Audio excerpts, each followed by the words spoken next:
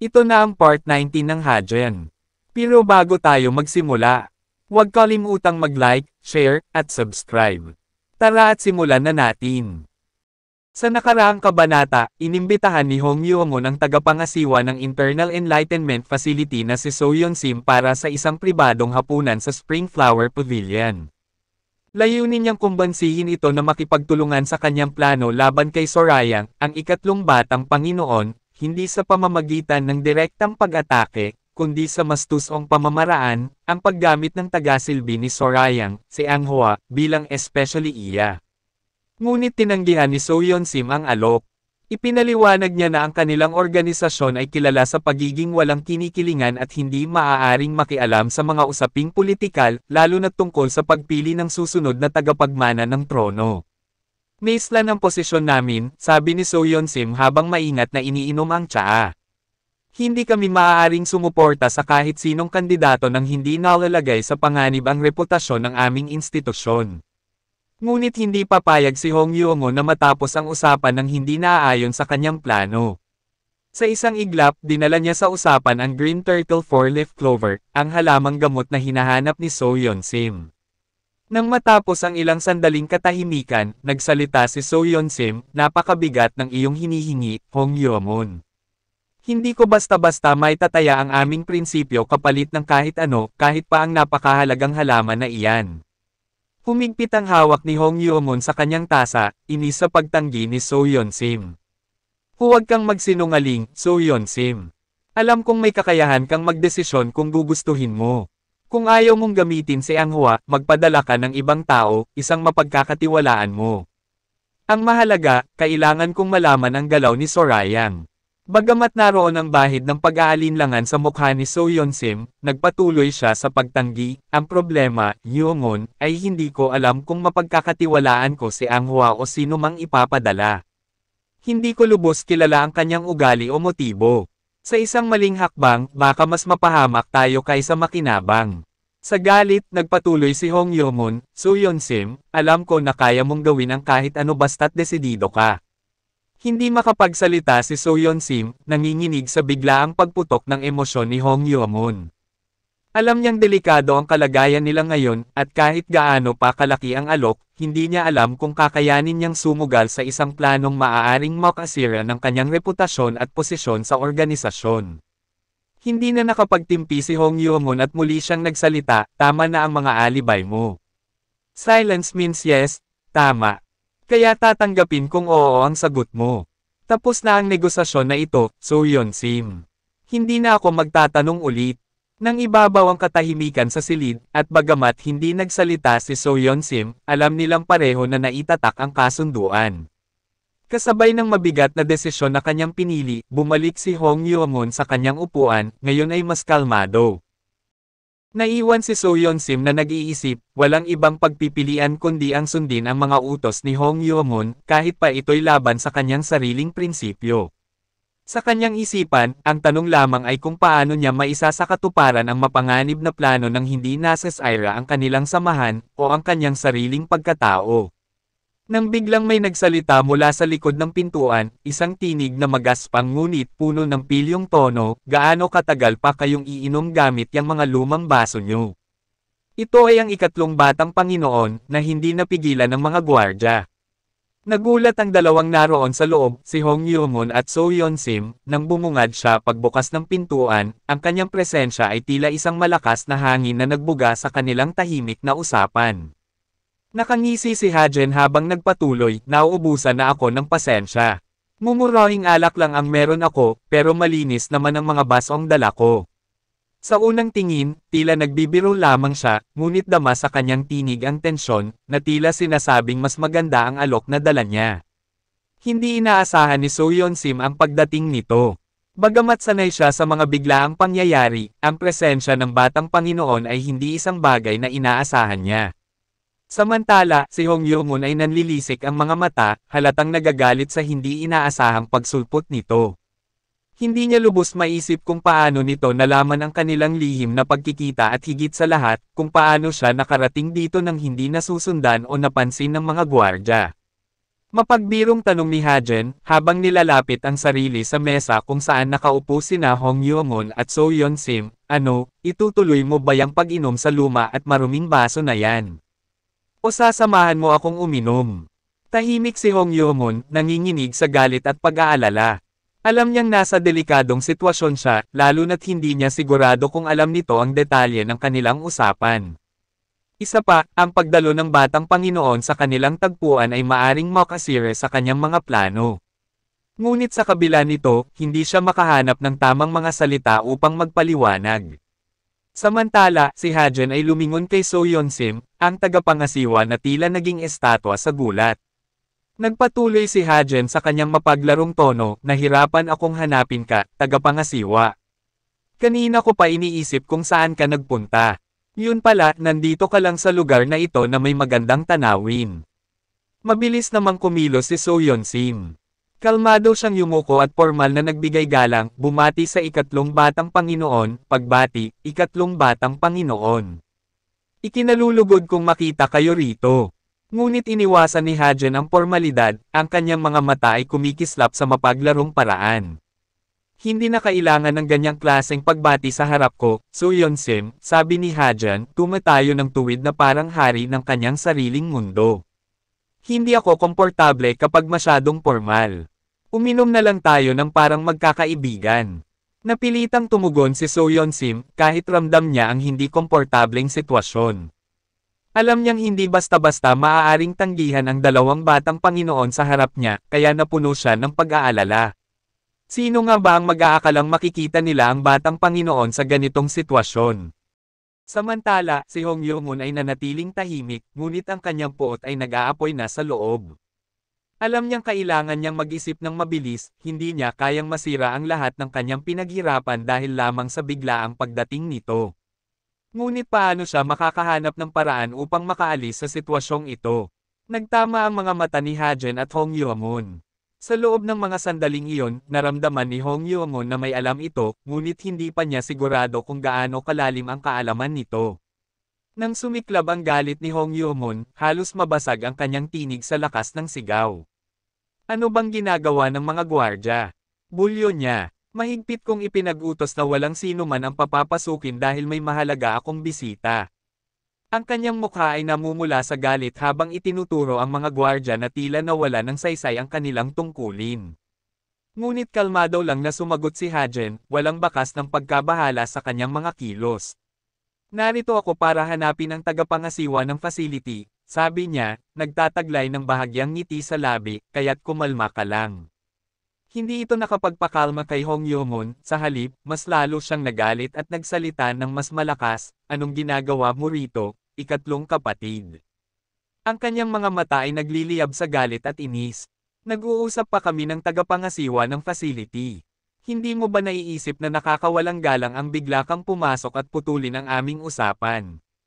Sa halip na sumagot o humingi ng paumanhin, walang pakialam si Hajen at patuloy lang na naglakad papalapit kay So Yeon-sim, hindi man lang pinansin ang ikaapat na galit na galit. Nang makarating sa harap ng tagapangasiwa, isang malikot na ngiti ang bumungad sa kanyang mga labi. Inalok niya ito, sasamahan mo ba akong uminom ng pangalawang round? Nabigla si So Yeon-sim. Alam niyang nakatayo siya sa gitna ng dalawang makapangyarihang tao, ang dalawang batang Panginoon na parehong maaaring magdulot ng mas malaking gulo. Yumuko siya, tanda ng paggalang, at nagpaumanhin, patawarin niyo po ako, ikatlong batang Panginoon. Tinanggap ko na po ang imbitasyon ng inyong nakababatang kapatid, ang ikaapat na batang Panginoon, at hindi pa po tapos ang aming pag-uusap. Ngunit bago pa man matapos ni So Yeon-sim ang kanyang paliwanag, mabilis siyang pinutol ni Hajen. Kaya nga sabi ko, pangalawang round, pagkatapos na lang ng meeting nyo. Tapusin nyo muna yan, at pagkatapos, magkakaroon tayo ng masayang inuman. Tahimik si So Yeon-sim matapos ang pahayag na iyon. Hindi niya alam kung ano ang eksaktong plano ng ikatlong batang Panginoon, ngunit alam niyang hindi ito basta-basta magpapakita sa isang ganitong tagpo ng walang dahilan. Ramdam niya ang tensyon sa hangin, isang tensyon na hindi lamang tungkol sa pagkakagambala nito, kundi tila may mas malalim na intensyon sa kanyang mga kilos at salita. Sa likod ng tahimik na mukha ni So Yeon-sim, naglalaro sa kanyang isipan kung ano nga ba talaga ang nais ng ikatlo. Alam niyang kahit maliit na galaw ay maaaring magdulot ng malaking epekto sa balanse ng kapangyarihan sa pagitan ng dalawang batang Panginoon. Ang kanyang utak ay mabilis na nag-iisip ng mga senaryo, sinusubukang unawain kung paano niya maiiwasan ang mas malaking kaguluhan. Samantala, si Hong Yeong-mon ay patuloy na nag-aapoy ang damdamin. Hindi siya sanay na binabaliwala, at lalong hindi siya sanay na pinangungunahan ng kanyang nakababatang kapatid. Ikatlong kapatid. Muling sigaw ni Hong Yeong-mon, pilit kinukuha ang atensyon nito. Hindi ka ba marunong rumspeto? Wala kang karapatan na basta-basta na lang makialam sa usapan namin. Halata sa kanyang boses ang desperasyon, na tila nawawala na siya ng kontrol sa sitwasyon. Ngunit si Hajen ay nanatiling hindi tinatabla ng galit nito. Tila isang pusa na naglalaro sa ilalim ng mga ilaw, tinutokso ang kanyang biktima na gumawa ng pagkakamali. Hindi makapaniwala si Hong Yeong-mon sa inaasta nito. Alam niyang ang bawat salita nito ay may halong pang-uuyam, ngunit hindi niya alam kung hanggang saan ito dadalhin ng ikatlong batang Panginoon. Sa kabila ng kanyang galit, naramdaman niya ang lumalalim na kawalan ng kontrol sa sitwasyon, lalo na tila mas nagiging dominante ito sa bawat minuto. Tahimik namang nagmasid si So Yeon-sim, hindi alam kung paano tatapusin ang tensyong namamagitan sa dalawang batang Panginoon. Sa likod ng kanyang maingat na mukha, naroon ang takot na anumang maling galaw niya ay maaaring magdulot ng mas malaking kaguluhan, isang kaguluhan na hindi lamang magpapahamak sa kanya, kundi pati na rin sa buong Internal Enlightenment Facility. Direktang nagsalita si Hajen sa nag-aalalang si So Yeon-sim, dahil ba kailangan mo ng Green Turtle 4-leaf clover. Halos sabay na napatingin kay Hajen ang dalawa, sina So Yeon-sim at Hong Yeong-mon, na parehong nagulat. Hindi nila inasahan na narinig pala nito ang kanilang pribadong usapan. Ang mga mata ni Hong Yeong-mon ay kumikislap sa galit habang si So Yeon-sim ay tila ba walang maisagot sa biglang pagsingit ng ikatlong batang Panginoon. Hindi nagpatumpik-tampik si Hajen at nagsimula itong magpaliwanag, malumanay ngunit taglay ang hangin ng kumpiyansa. Kadalasan, may dalawang pangunahing dahilan kung bakit kailangan ng isang tao ang Green Turtle 4-leaf clover, aniya. Una, kung kailangang madaliin ang pagpapababa ng konsentrasyon ng yin qi dahil sa mabilisang pagbaba ng yang qi. Pangalawa, kung ang isang tao ay naapektuhan ng 9 yin meridian failure. Habang nagsasalita siya, tila isang guro si Hajen na naglalahad ng isang leksyon sa kanyang mga tagapakinig. Ngunit, ang totoo, ang dalawang sitwasyon na ito ay maaari namang maresolba gamit ang ibang halamang gamot maliban sa Green Turtle 4-leaf clover. Imposibleng hindi mo ito alam, So Yeon-sim. Tahimik na nakikinig si So Yeon-sim, ang kanyang mukha ay nananatiling walang ekspresyon, ngunit sa loob niya ay naguguluhan siya. Hindi niya akalaing alam nito ang ganitong klaseng impormasyon. Nagpatuloy si Hajen habang napakamot sa batok, tila walang pakialam na tao, kung ganon, malamang nasa isang sitwasyon ka kung saan ang Green Turtle 4-leaf clover ay hindi mapapalitan ng anumang halamang gamot. Lumalim ang katahimikan sa loob ng pavilion. Si So Yeon-sim ay bahagyang kumilos, halatang hindi komportable sa kanyang kinatatayuan. Iniiwasan niyang makipagtagpo ng tingin kay Hong Yeong-mon na wala ng kontrol sa sitwasyon. Casual na muling nagsalita si Hajen, para bang nakikipag-usap lang sa mga kaibigan, may kilala ka bang naapektuhan ng chi blockage dahil pinag-aralan nila ang yin cultivation? Ang tanong na iyon ang tila kumuriyent kay So Yeon-sim. Nabigla siya at hindi mapigil ang magpakita ng reaksyon, paano niya nalaman ang tungkol sa yin cultivation. Siya lamang at ang ilang piling tao ang nakakaalam ng ganitong klaseng impormasyon, at imposibleng basta na lang malaman ito ng ikatlong batang Panginoon.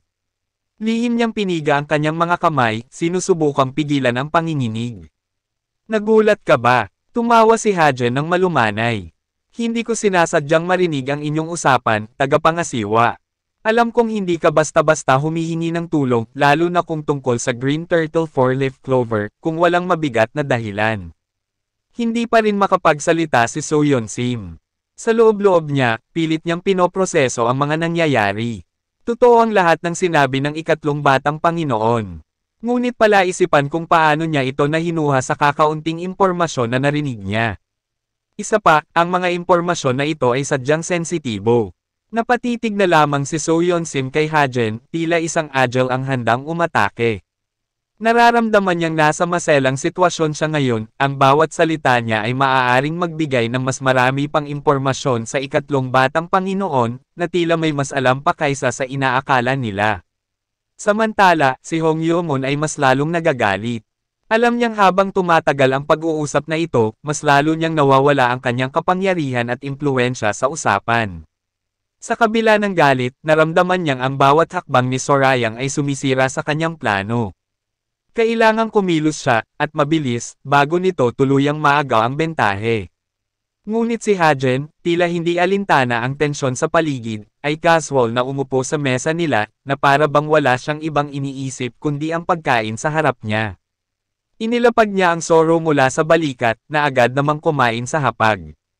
Kinuha ni Hajen ang chopsticks at sinimulang kumain ng walang kagatol-gatol, tila ba walang malaking usapan o tensyon na nagaganap sa paligid. Medyo may ideya ako kung anong estado ng pasyente, patuloy niya habang walang pakialam na nagsusubo ng pagkain, pero liban na lang kung nasa bingit na siya ng kamatayan, hindi talaga kailangan ang green turtle 4-leaf clover. Actually, baka mas makapahamak pa ito kung ipipilit na gamitin sa pasyente. Tumigil siya sandali, tinutok ang kanyang chopstick sa pagkain bago muling nagsalita, baka masira nito ang yang chi imbes na supilan lang ang yin chi. Tahimik na nakikinig si So Yeon-sim, tinatansya ang mga sinabi ni Hajen. Hindi niya maitatangging tama ang sinasabi ng ikatlong batang Panginoon, ang mga ganitong klase ng halamang gamot, lalo na ang green turtle 4-leaf clover, ay may epekto na maaaring makasama sa halip na makatulong kapag ginamit ng walang tamang kaalaman. Ngunit ang mas nakakagulat para kay So Yeon-sim ay ang pagiging kalmado at mahinahon nito.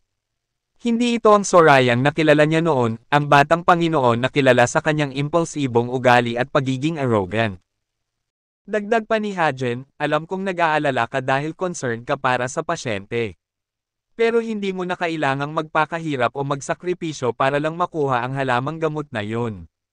Nakapako ang mga mata ni Hajen kay So Yeon-sim habang nagsasalita ito, ngunit may kakaibang ningning sa kanyang mga mata, hindi galit o pakikipagkompetensya, kundi isang bagay na tila mas malalim. Nabigla si So Yeon-sim. Bakit bigla na lang naging napakabait nitong si Sorayang? Hindi niya maintindihan. Alam niya ang reputasyon ng ikatlong batang Panginoon, walang habas, palaging naghahanap ng paraan para isulong ang kanyang sariling mga plano. Ngunit sa pagkakataong ito, ibang-iba ang tono at kilos nito. Parang hindi ito ang taong kilala niya, ang ikatlong batang Panginoon na nakasisindak at nagpapakita ng hindi matitinag na kapangyarihan. Tinitigan siya ni So Yeon-sim, tila hindi makapaniwala sa kanyang naririnig at nakikita. Ito ba talaga ang Sorayang na minsang kinatatakutan? O baka naman may ibang layunin sa likod ng kanyang mga sinasabi? Hindi niya alam kung dapat bang magtiwala sa sinseridad na ipinapakita nito o kung ito ay isang paraan lamang para makuha ang kanyang tiwala. Habang iniisip ito ni So Yeon-sim, nagpatuloy naman si Hajen sa pagkain. Hindi mo kailangan gawing komplikado ang mga bagay, sabi niya habang ngumunguya. May ibang paraan para tulungan ang pasyente. At sa totoo lang, kaya naman nating ayusin yan ang hindi kailangan ng green turtle 4-leaf clover. Si So Yeon-sim, na kanina'y tahimik lamang at nagmamasid, ay hindi mapakali. Hindi lamang dahil sa kanyang pagdududa, kundi dahil sa kabaitan nito. Sa gilid ng kanyang mata, nakita niyang si Hong Yoo-moon ay nananatiling tahimik ngunit puno ng galit. Hindi ito makapaniwala na si Sorayang, na dati hindi gaanong nagbibigay pansin sa mga ganitong usapan, ay biglang naging sentro ng atensyon at tila ba ginugulo ang kanyang mga plano. Hindi mapigilan ni Hong Yoo-moon ang kanyang inis, ngunit alam niyang hindi rin niya pwedeng basta-bastang ipakita ang kanyang galit, lalo na't nasa harap siya ng target niyang kaalyado. Sa kabila ng lahat, tila walang pakialam si Hajen sa tensyon na bumabalot sa kanila. Wala siyang iniisip kundi ang kasalukuyan, at para bang sa kanyang mundo, ang pinakamahalaga lang ay ang pagkain at ang kaunting inuman na kasama si So Yeon-sim. Pinutol ni Hong Yoo-moon ang paliwanag ni Hajen, kitang-kita ang galit sa kanyang mukha. Nakikinig ka sa pribado naming usapan. Kakaiba yung libangan mo bulyo niya. Habang patuloy namang kumakain si Hajen, tila walang pakialam sa galit nito, ngumiti pa ito ng mapang-asar. Galit ka ba? Wala naman akong intensyon. Nakatayo lang ako sa tapat ng pintuan at may narinig akong usapan tungkol sa green turtle four-leaf clover kaya. Sumigaw si Hong Yomon, hindi na mapigilan ang kanyang galit. Sa tingin mo ba ang asal na ipinapakita mo ay naaangkop para sa isang ikatlong batang Panginoon ng Divine Cult? Malinaw ang tensyon sa kanyang boses, at halos dumadagandong ang bawat salita sa loob ng silid.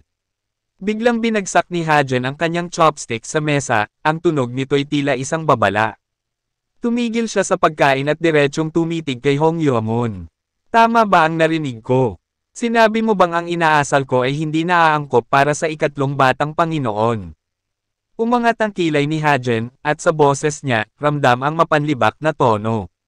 Kung ganon, sabihin mo nga sa akin, ang subukang patayin ang sarili mong kapatid sa likod ng eksena para makuha ang kapangyarihan, ito ba ay ituturing mong naaangkop para sa ikaapat na batang Panginoon? Ang pagkabigla ay bumalot sa mukha ni Hong Yomon, saglit siyang napanganga bago mabilis na nagmaang maangan. Anong sinasabi mo? Pilit niyang ikinukubli ang kanyang pagkabalisa, ngunit halatang halata sa kanyang mga kilos ang kanyang pag-aalinlangan at takot na mabunyag ang kanyang mga lihim. Ngunit hindi nagpatinag si Hajen. Patuloy niyang sinuri ang ikaapat, tila binabasa ang kanyang bawat galaw at reaksyon. Huwag ka nang magkunwari, malamig niyang sambit. Matagal na kitang binabantayan. Lahat ng kilos mo, lahat ng desisyon mo, alam ko. Hindi mo kailangang itago sa akin kung anong mga plano mo. Hindi ko piniling magsalita noon, ngunit ngayon, gusto kong linawin sa iyo, alam ko na ang lahat.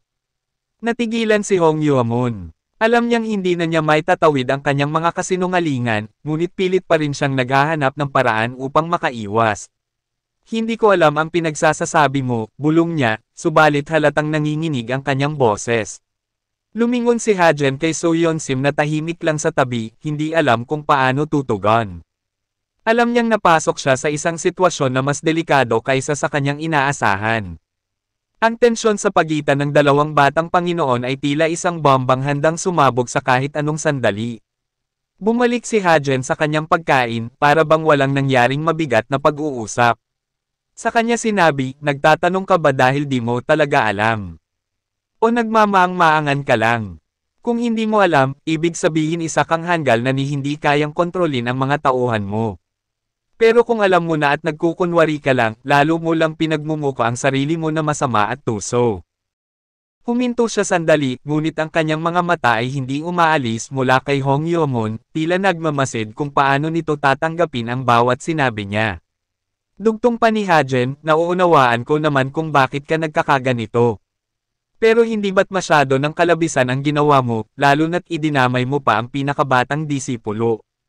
Isa lang siyang bata, ni hindi pa nga siya umaabot ng 10 taong gulang.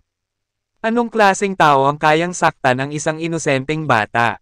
Ang mga salitang iyon ay tumama kay So Yeon-sim, at biglang bumalik sa kanyang alaala ang malungkot na ekspresyon ng ikapitong disipulo noong huling pagpupulong. Naalala niya kung gaano ito kaina at tila ba wala ng sigla. Yun pala, ang lahat ng ito ay kagagawa ni Hong Yomon. Hindi niya alam kung paano tatanggapin ang katotohanan iyon, na ang taong iginagalang ng lahat ay isa palang tusong nilalang na handang mandamay kahit ng isang bata na wala namang kalaban-laban. Halos sumabog sa galit si Hong Yomon, ngunit pilit niyang kinokontrol ang kanyang damdamin. Hindi ko na itutolerate ang anumang uri ng paninira, kahit pa ikaw ang ikatlong kapatid ko, galit niyang bulyo, sinasabing hindi siya magpapatalo. Ngunit hindi natinag si Hajen. Sa halip, ngumiti siya ng malamig. Ikatlong kapatid ha? Aniya ng may sarkastikong tono. Napakalambing naman ang tawag mo para sa isang taong sinusubukan mong patayin ng patago. Tiisin mo ito, Yomon. Nakasurvive ako kahit muntik na akong mamatay dahil sayo. Kaya bilang kapatid ko, hindi ba't dapat kaya mong tiisin ang kahit ganito kasakit na mga salita? Napalunok si Hong Yomon, hindi makapaniwala sa tapang at tusong pagsagot ng kanyang kapatid. Alam niyang ang mga bagay na binanggit ni Hajen ay totoo, at wala siyang maitatangging nagawa na niya ang lahat upang maalis ang ikatlong batang Panginoon sa linya ng mga kandidatong tagapagmana. Ngunit hindi siya handang aminin ito, lalo na sa harap ni So Yeon-sim. Pinakyat ni Hajen ang Zoro sa kanyang balikat at huminga ng malalim, tila ba tinutulungan ang sarili na mapanatili ang malamig na ekspresyon. Dahil wala akong ebidensya, wala rin namang saysay para magngaw pa. Nagrereklamo lang ako ng kaunti, aniya, sabay belang muli kay Soyeon Sim. Pero ikaw, anong gagawin mo ngayon? Wala ka ng rason para magpatuloy sa negosasyon. Mananatili ka ba kahit ganito na ang sitwasyon? Tila nag-isip si Soyeon Sim bago magtanong, mayroon bang paraan para mapabuti ang kondisyon ng isang taong nakakaranas ng chi blockage? Ayon sa Blood Spirit Pavilion, kailangan naming bantayan kung lumalala ang kondisyon. Hindi niya natapos ang kanyang sinasabi dahil pinutol siya ni Hajen. Di mo ba alam na ako mismo ay nakaranas ng chi blockage? Gumaling ako sa kabila ng lahat ng pagtatangka ng isang hanggal na patayin ako sa pamamagitan ng pagpapalit sa mga gamot ko. Nagpalingga-lingga si Soyeon Sim, halatang nabigla sa mga sinabi nito. Hindi ito ang inaasahan niyang maririnig mula sa kanya. Samantala, si Hong Yeo-moon, na kanina pa halatang naiinitan sa usapan, ay nagsimulang magsalita upang pigilan si Soyeon Sim sa pakikinig kay Hajen. Alam niyang sa bawat salita ni Hajen, lalo lamang lumalayo si Soyeon Sim sa kanyang panig. Subalit, habang time na iniisip ni Soyeon Sim ang sitwasyon, napagtanto niya na kung makikipagnegosasyon lang din naman siya, wala siyang makukuhang mabuti sa pakikipag-alyado sa isang taong puno ng galit at intriga. Di nagtagal, nakapagdesisyon din siya. Ngumiti si Soyeon Sim at lumayo, maraming salamat sa imbitasyon, sabi niya, binalingan si Hong Yeo-moon. Babayaran ko na lamang ang parte ko sa hapunan. Napagdesisyonan niyang hindi na magpapatuloy sa usapan nila ng ika-4. Tila natigilan si Hong Yeo-moon sa kanyang sinabi dahil malaking alas ang nawala sa kanya. Matapos ang ilang sandali ng katahimikan, tumalikod si Soyeon Sim at nagpaalam. Hindi na nagsalita si Hong Yeo-moon, halatang nawala ng lakas sa harap ng desisyon ni Soyeon Sim. Nakangiti ng tagumpay si Hajen habang inaayos ang kanyang balikat kung saan nakaupo ang kanyang Zoro. Sa isip niya, tawang-tawa siya sa ekspresyon ni Hong Yeo-moon na halos di may pinta ang mukha. Wala itong nagawa upang pigilan si Soyeon Sim. Pati ang Zoro sa balikat niya ay tila nakikisabay sa mapang-asar na paghajejek. Nang maglakad na sila palabas, tahimik na lumapit si Hajen kay Soyeon Sim at tinanong siya, ayos lang ba sayo ang mumurahing alak? Ngumiti si Soyeon Sim, sumagot ng kalmado, walang problema basta't malinis ang baso. At sa mga huling hakbang nila palabas ng lugar, tumangala si Soyeon Sim at tahimik na napangiti.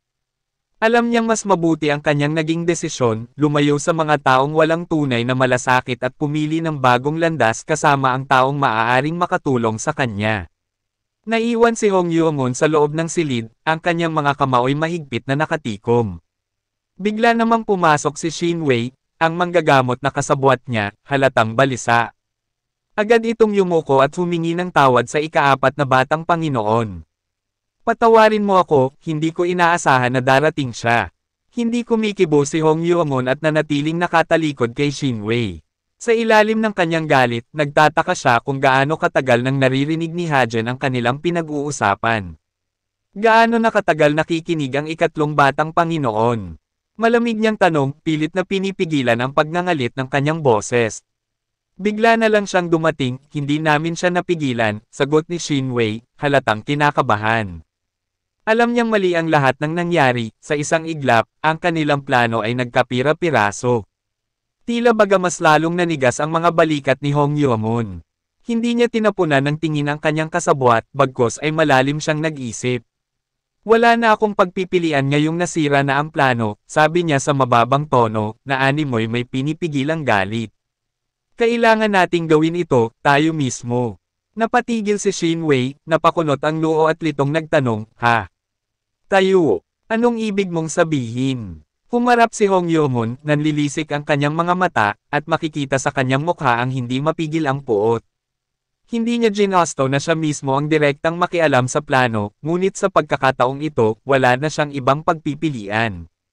Oo, tayo, madiin niyang sagot. Ayoko sanang umabot sa puntong ako mismo ang gagalaw. Ngunit sa pagkakataong ito, kailangan kong pagbayarin si Sorayang.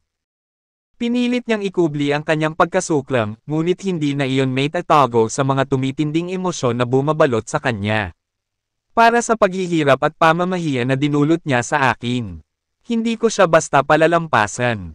Hindi makapagsalita si Shinwei sa bigat ng boses ni Hong Yuamon. Alam niyang hindi ito basta pagkapahiya, isa itong malalim na sugat sa kanyang pagkatao. Ano ang gusto mong gawin ko? Tanong ni Shinwei, sinusubukang ipakita ang kanyang kahandaan kahit ang kaba ay unti-unti nang pumapasok sa kanyang sistema. Maghanda ka, malamig na tugon ni Hong Yuamon. Hindi ko na ipagkakatiwala ang susunod na hakbang sa iba. Sa oras na ito, ako mismo ang titiyak na hindi na siya makakatakas. Naglalagablab ang galit sa kanyang mga mata, at alam niyang sa oras na ito, wala nang puwang para sa pagkakamali. Ang labanan ay hindi na lamang para sa kapangyarihan, kundi para sa kanyang dangal na pilit binabalewala ng kanyang kalaban, at handa siyang gawin lahat hanggang sa makuha ang inaasam na trono ng Demon Lord. Sa kabilang banda, matapos ang kanilang mainit na komprontasyon kasama ang ika-4 na disipulo, dinala ni Ha-Jen si So Yeon-sim sa iba pang establishmento upang magpatuloy ng mas tahimik na diskusyon. Habang nakaupo, kinuha ni Ha-Jen ang isang piraso ng papel at sinimulan niyang isulat ang mga detalyadong panuto para sa paggamot ng chi blockage. Tahimik pero seryoso niyang sinabi kay So Yeon-sim, hindi mo kailangang ituring ito bilang isang napakalaking pabor. Ibinibigay ko lang sa iyo ang paraan ng paggamot at hindi nakasali rito ang paliwanag ukol sa martial arts. Gayunpaman, hindi ibig sabihin na magiging madali ito. Maaaring umabot ng 3 araw upang lubusang maunawaan ang proseso ng paggamot at upang simulan ito, at may posibilidad pa na hindi ka makakita ng malaking pagbabago kaagad. Habang patuloy siyang nagsusulat, nagpatuloy si Ha-Jen sa pagpapaliwanag, hindi rin ako lubusang sigurado sa magiging resulta nito dahil hindi ko alam ang eksaktong kalagayan ng pasyente. Subalit, kung mayroon siyang sapat na pasensya at determinasyon, maaaring pagkatapos ng kalahating taon ay makakita na siya ng mga pagbabago at muling makakagalaw. Naguluhan si So Yeon-sim sa sinabi ito kaya't nagtanong siya, anong ibig mong sabihin? Bumantong hininga si Ha-Jen at muling ipinaliwanag, gaya ng sinabi ko, nakadepende ang lahat sa pagsusumikap at disposisyon ng mismong pasyente.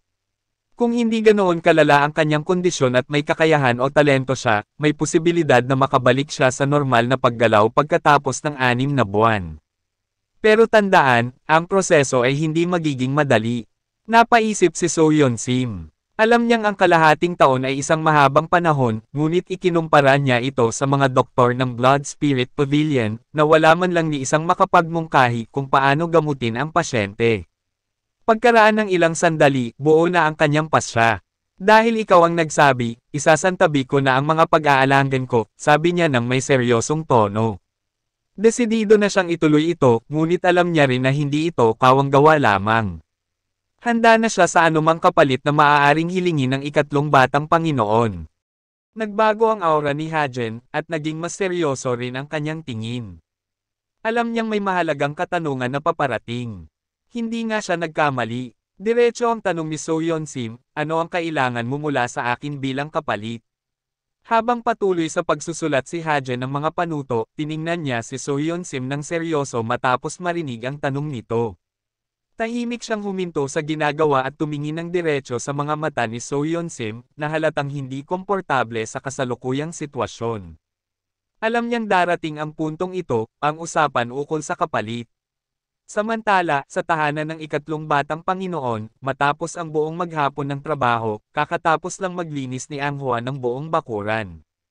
Pagod man ngunit masaya, iniunat niya ang kanyang mga braso at niyakap ang sarili, nasisiyahan na sa wakas ay natapos na rin ang araw ng mga gawaing bahay. Nagtatampisaw pa sa liwanag ng dapit hapon, nararamdaman niya ang bahagyang hangin na sumasalubong sa kanyang paisang mukha. Sa gitna ng tahimik na sandali, biglang narinig niya ang malakas na katok mula sa pintuan. Agad siyang bumalikwas mula sa kanyang iniisip, akala niya ay wala ng iba kundi ang ikatlong batang Panginoon ang kumakatok, gaya ng nakagawian tuwing uuwi ito mula sa kanyang mga lakad. Agad-agad niyang pinagbuksan ang pinto, sabik na batiin ito ng, Batang Panginoon, pasensya na po, hindi pa handa ang mainit na tubig na pampaligo.